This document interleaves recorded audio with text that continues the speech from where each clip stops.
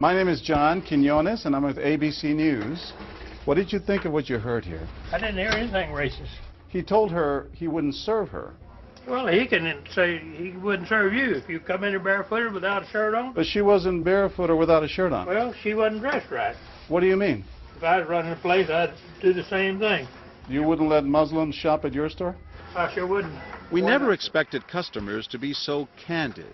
How do I know you don't have a bomb in there? Watch what happens this time when, once again, our Muslim woman is denied service. This is not right.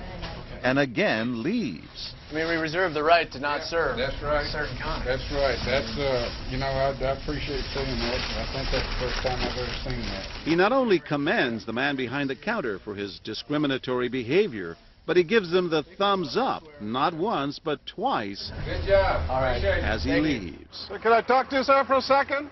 But when I approach, So we're with ABC News. there is no thumbs up for me. We staged a little experiment in there to see how people would react to that kind of attitude.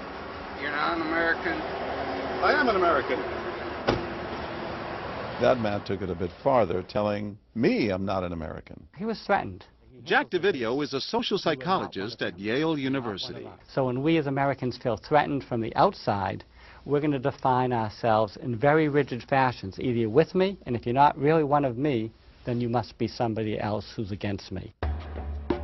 The young woman in our experiment is an actor, but for this woman, discrimination is all too real. Nahaya Javed helped us design our experiment. Although born in Chicago, she says she's constantly characterized by fellow Americans as the enemy. They always start off with you're a terrorist, Osama lover, towel head, camel jockey, on and on. While attending college in Texas, she says she continually suffered verbal abuse and has even been physically attacked just because she's Muslim. They assume I'm not from here, and if I tell them I'm American, they're like, no, you're not. Just because you were born here doesn't make you American. And I'm like, so what makes you American? It's a daily battle. Mm-hmm. And I don't feel like living in America, I should have to fight this battle. Meanwhile, back at the bakery, our actor is at it again. But how do I know you're not a terrorist? Terrorists look like you. But this time the customers are sympathizing with the Muslim woman. You're a Christian. Come on, leave her alone. Right, I know, but can you blame me? Yeah, I can't blame you, actually. Why? What's the problem? All right, we'll get out of here. You need to go yourself, actually. What do you need to do? Okay, sir. Thank you, I'm a sir. good American, all right? We're at war with these people. My dad's a veteran. Go yourself. So is mine. And he's not the only one who walks out in anger. You need to stop segregating against people. It's wrong. Excuse me? She's an American No, just like you're a everybody else. bad American. Time and again, people speak out with their pocketbooks. You lost a couple of customers, just so you know. But look what happens when this man threatens to leave. You're not a good American, sir. I believe I am a good American. My son just came back from serving in the Army for over a year in Iraq, and that has nothing to do with her rights. I understand that. Thank you, sir.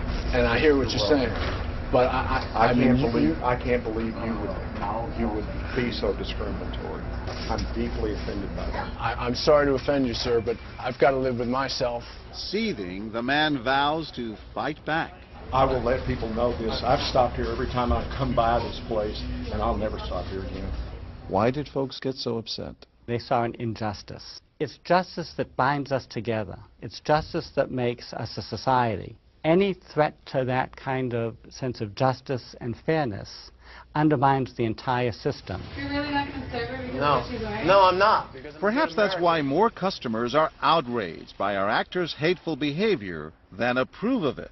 You're not dressed like an American. I don't know But what no you have one on is you. more persistent than these two young women who can't believe what they're hearing. Take your jihad, take it back out to the parking lot. Excuse me?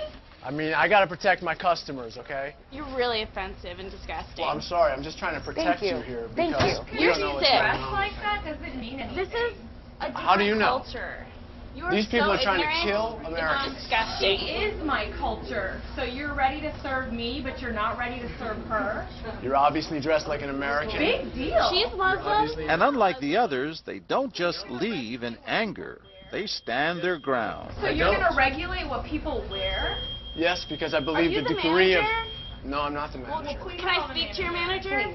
I'm John Quinones with ABC News. It's only when we catch up with our heroines that they finally let their guards down. I'm with my friend who's, you know, Muslim, and that's, you know, I've just seen how people treat them differently, and it really hurts me.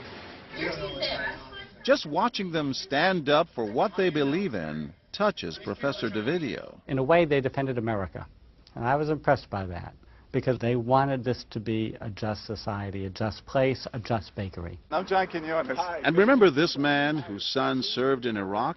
He's also moved to tears. Every person deserves to be treated with respect and dignity. No matter how In they're every dressed. situation, no matter how they're dressed. Never have we seen reactions so polarized, from a thumbs up for prejudice to an emphatic thumbs down. Go yourself. Two different Americas, both convinced they're patriotic. At the end of the day, 13 people stood up for the Muslim woman, while 6 sided with the clerk.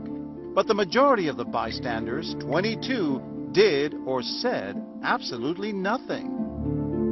That's what's most frightening to Muslims like Nahaya, who was watching our experiment. In fact, so frightening that they often avoid going out by themselves. It's really sad because I'm old enough to be able to do things by myself. I shouldn't need a chaperone all the time. But that one time that I'm alone and something bad might happen, I'd rather be safe than sorry.